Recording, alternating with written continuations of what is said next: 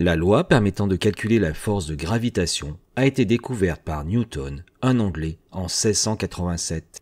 Cette loi dit que deux objets ayant une masse s'attirent réciproquement, que cette attraction se fait dans la direction d'une ligne reliant le centre de gravité des deux objets et que cette attraction est inversement proportionnelle à la distance au carré entre ces deux centres de gravité. Pour les objets symétriques, une sphère par exemple, le centre de gravité est confondu avec le centre de l'objet.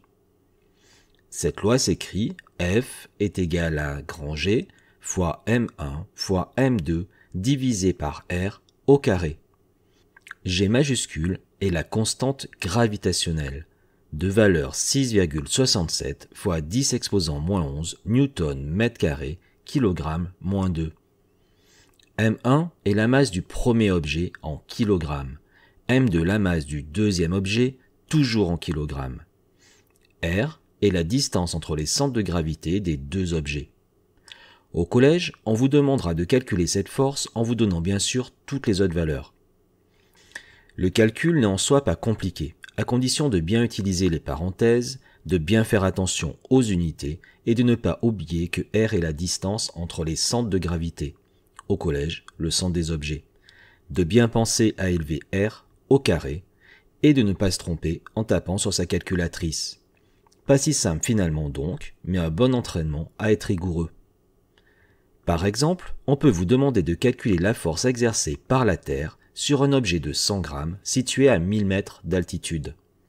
On vous donne G, 6,67 fois 10 exposant moins 11, newton mètre carré, kilogramme moins 2.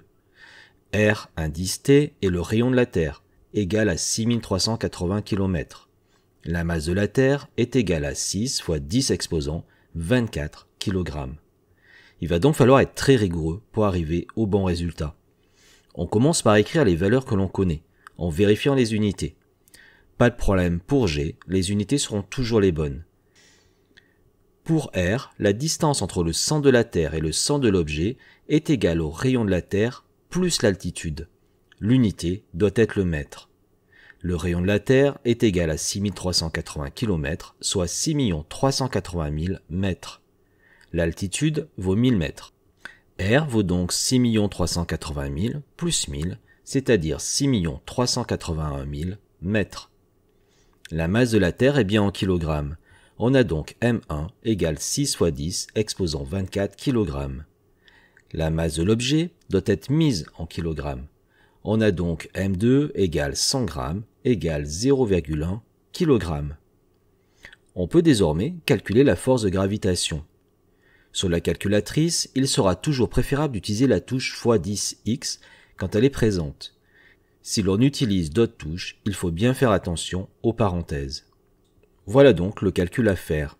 6,67 fois 10 exposant moins 11 fois 6 fois 10 exposant 24 fois 0,1 divisé par 6 381 000 au carré. Le calcul donne 0,98 newton. Vous pouvez vous entraîner à refaire ce calcul afin de trouver la bonne valeur. Au lycée, pour aller plus loin, on peut faire le parallèle entre cette loi et la loi P égale m fois g que l'on étudie au collège.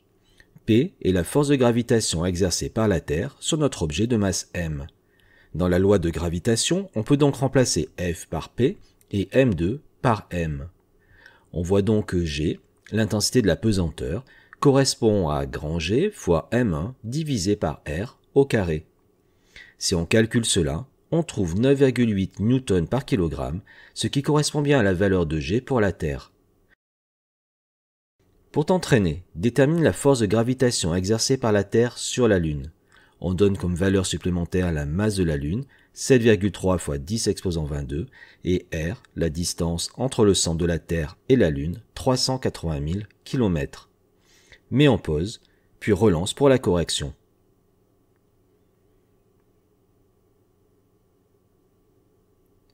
On a G égale 6,67 fois 10 exposant moins 11 newton mètre carré kilogramme moins 2, R égale 380 000 km que l'on convertit en 380 millions de mètres. Les masses valent pour la Terre 6 fois 10 exposant 24 kg et pour la Lune 7,3 fois 10 exposant 22 kg. La force de gravitation vaut donc 6,67 fois 10 exposant moins 11, fois 6 fois 10 exposant 24, fois 7,3 fois 10 exposant 22, divisé par 381 millions au carré. Cela donne 2,02 fois 10 exposant 20 newtons.